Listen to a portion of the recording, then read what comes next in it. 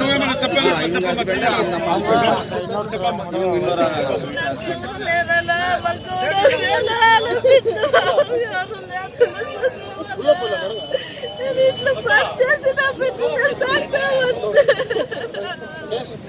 పక్కవాడికి కూడా పుట్టాలి లేదు.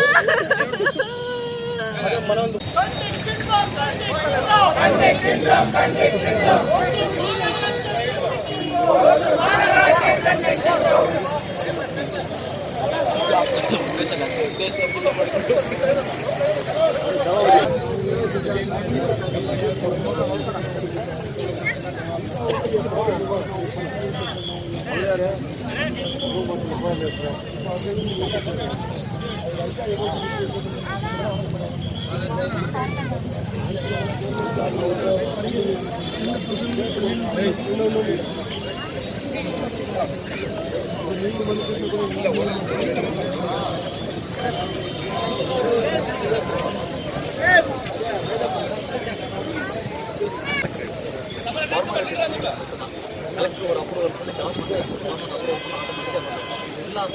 கொரியன் கேஸ் பண்ணுவார்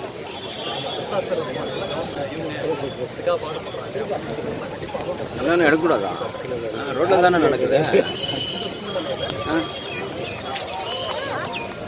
உங்கள் வீட்டில் வந்து எடுத்தால் பரவாயில்ல.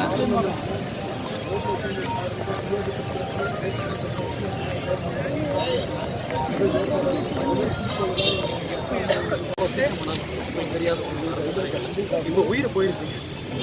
என்ன பேசினாலும் பிளான் இருந்தது.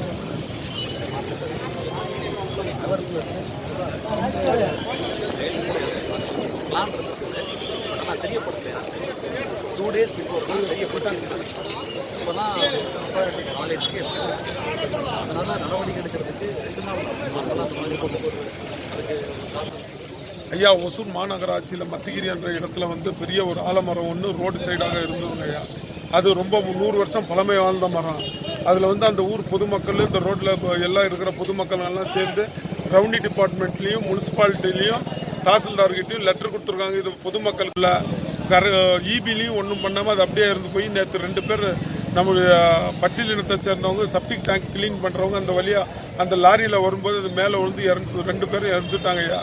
அதனால இந்த அரசாங்கத்துக்கு என்ன சொல்கிறேன்னா, பட்டியலினத்தை சேர்ந்தவங்க வந்து ரோட்டில் வரும்போது இந்த அலட்சியத்தால், இந்த ரவுனி அலட்சியம், மாநகராட்சி அலட்சியத்தால் 2 உயிர் போயிருக்குங்கய்யா.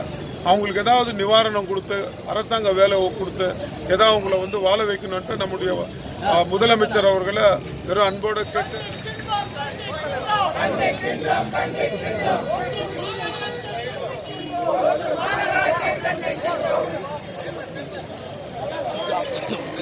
தேசத்துக்குள்ள